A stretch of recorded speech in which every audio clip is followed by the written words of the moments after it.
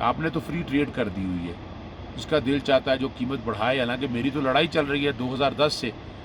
ہمارے ہاں جیسے میں نے پہلے بتایا ہم نے کمانا ہے، عیدوں پہ کمانا ہے، ہم نے روزوں پہ کمانا ہے، ہم نے حجوں پہ کمانا ہے، اور ہم انہیں چکروں میں پھنسے ہوئے ہیں ہم.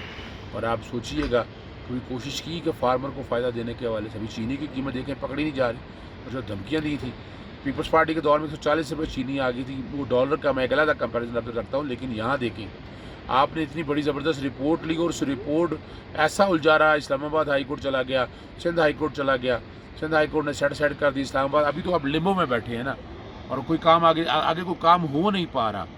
وہ جب تک اس پہ عمل درآمد نہیں شروع ہوگا یہ مافیاز قابو نہیں آ سکیں گے. آپ کی کس طرح شوگر ملیں پیسہ بناتی ہیں، کس طرح مڈل مین سامنے رکھا ہے، اور بیچارہ گنا بیچنے والا فارمر کے ساتھ کیا حال ہوتا ہے، وہ آپ یہیں سے اندازہ لگا لیں.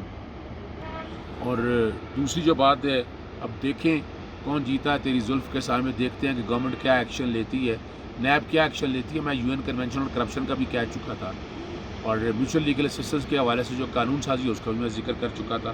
اب لانے کے حوالے سے کیا پازیٹیو، ابھی تک اسحاق ڈار کو تو ہم لا نہیں سکے، نہ حسن حسین کو لا سکے ہیں. دونوں کے خلاف ریفرنس یہاں پینڈنگ ہے، ٹرائل لائسنسیا ہو نہیں سکتا. پھر FATF کے قانون سازی کے حوالے سے جو بلیک میلنگ کی جو عمران خان بات کرتے ہیں وہ یہ ہے کہ سینٹ میں ان کی میجورٹی نہیں ہے. سینٹ کا الیکشن غالباً اگلے سال مارچ میں ہونا ہے، تو وہ اس وقت تک جس طرح بھی یہ وقت گزارنا چاہتے ہیں تاکہ سینٹ میں ان کی میجورٹی ہو جائے اور انہی اسمبلیوں سے ہو جائے، آگے قانون سازی میں ان کو آسانی ہو. سیٹوں پہ فرق کچھ زیادہ تو نہیں پڑے گا، لیکن پھر بھی فرق پڑ جائے گا.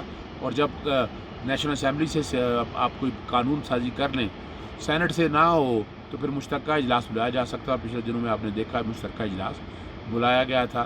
International court of justice review and ریکنسیڈریشن Kulbhushan جادو کے حوالے سے آپ نے دیکھا. UN سیکورٹی اس کے کانٹیکس میں آپ نے دیکھا. پھر آپ نے اپنا منی لانڈرنگ کے حوالے سے آپ نے کچھ چیزیں ساری سامنے ابھی دیکھی ہیں، لیکن ابھی وہ چل رہی ہیں ساری. تو یہیں سے آپ اندازہ لگا لیں. پھر اچھی خبریں تو آ رہی ہیں آپ کے سامنے ہی ہیں کہ پاکستان معیشت میں دن بدن بہتری اور مضبوطی خبریں آ رہی ہیں. بیرونی سرمایہ کاری 88% اضافے کے ساتھ $2.5 ارب تجاوز کر گئی.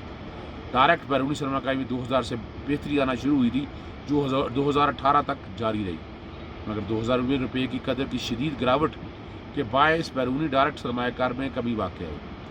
کورونا وائرس کے باعث پوری دنیا کے معاشی دباؤ کے باوجود ڈائریکٹ سرمایہ کاری میں بہتری آنا شروع ہوگی 2020 میں.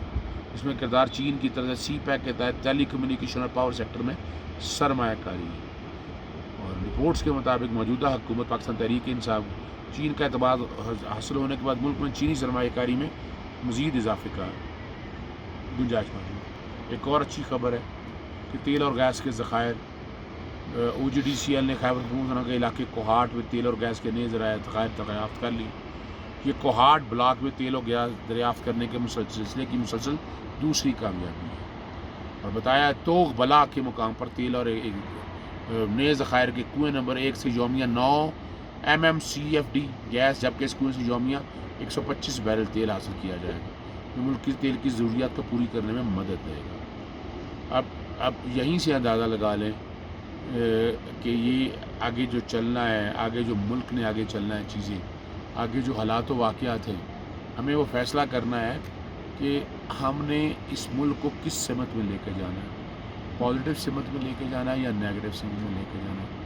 اور اگر کوئی اپوزیشن یا کوئی اسٹیٹسمین کے طور پر کام کرتے ہیں اور اکٹھے آ کے بیٹھ کے بتاتے ہیں یہ 5 سال تیرے 5 سال میرے، جو میں کہہ رہا ہوں وہی سچ ہے، جو میں نے کرنا چاہتا ہوں وہی سب ٹھیک ہے، یہ ہر گورنمنٹ کا عمران خان گورنمنٹ بھی یہی چاہ رہی ہے، یہی کر رہی ہے.